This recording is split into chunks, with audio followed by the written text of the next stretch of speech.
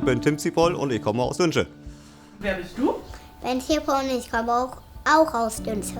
Und was hat dein Papa sich gekauft, warum wir heute hier sind, Ben? Wegen einer Sägemaschine. Ich hatte vor ein paar Jahren, habe ich mir schon einmal selber eine Säge gebaut, also quasi ein Eigenbau. Und ja, jetzt bin ich dazu gekommen, wir waren auf Kur und ich bin sowieso dabei gewesen, jetzt Holz zu verkaufen. Und da bleiben natürlich einige Stämme übrig, da wir auch selbst Wald besitzen. Und aus diesem Grund habe ich mich entschieden, da ich noch ein paar Projekte hier auf dem Hof zu tun habe, was Scheune anbetrifft, Neubau und dergleichen, habe ich mich dazu entschieden, eine Woodmiser zu kaufen. Im Online-Shop natürlich, ich habe natürlich auch im Internet überall immer nach Bandsägen gesucht und verglichen. Ja, und wie gesagt, es ist so gekommen, weil ich halt, warum ich im Online-Shop gekauft habe, kurze Zeit später habe ich dann einen Anruf bekommen. Ja, wir könnten diese Maschine auch zu uns liefern lassen, nach Schletau, und Sie könnten diese Maschine dort abholen. Da habe ich gesagt, ja klar, ist kein Problem für mich, da es ja für mich eigentlich ein Katzensprung ist von hier bis nach Schletau. Oh, und dann hieß es erst, die Lieferzeit beträgt 2 Wochen. Da habe ich gesagt, ja okay, das macht nichts, ich bin sowieso im Moment gerade noch auf Kur.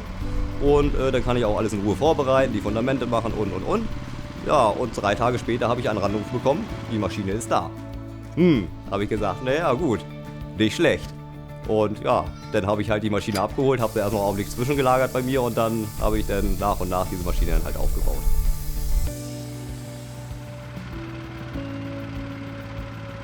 Dass ich diese App von Woodmiser runterladen kann und dort auch diese Aufbauanleitung mit bei ist. Es ist eigentlich überhaupt kein Problem, diese Maschine aufzubauen. Also für mich war es kein Problem.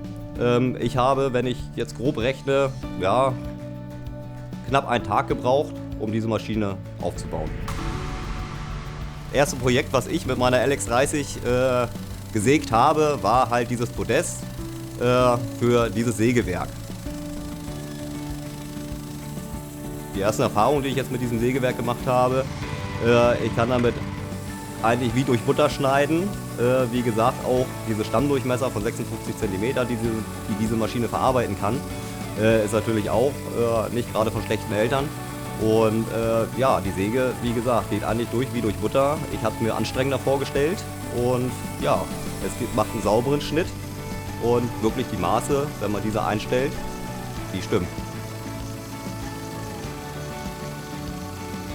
Alle Balken oder beziehungsweise alles, was ich aufsäge, ist aus meinem eigenen Wald. Das sind überwiegend Kiefern.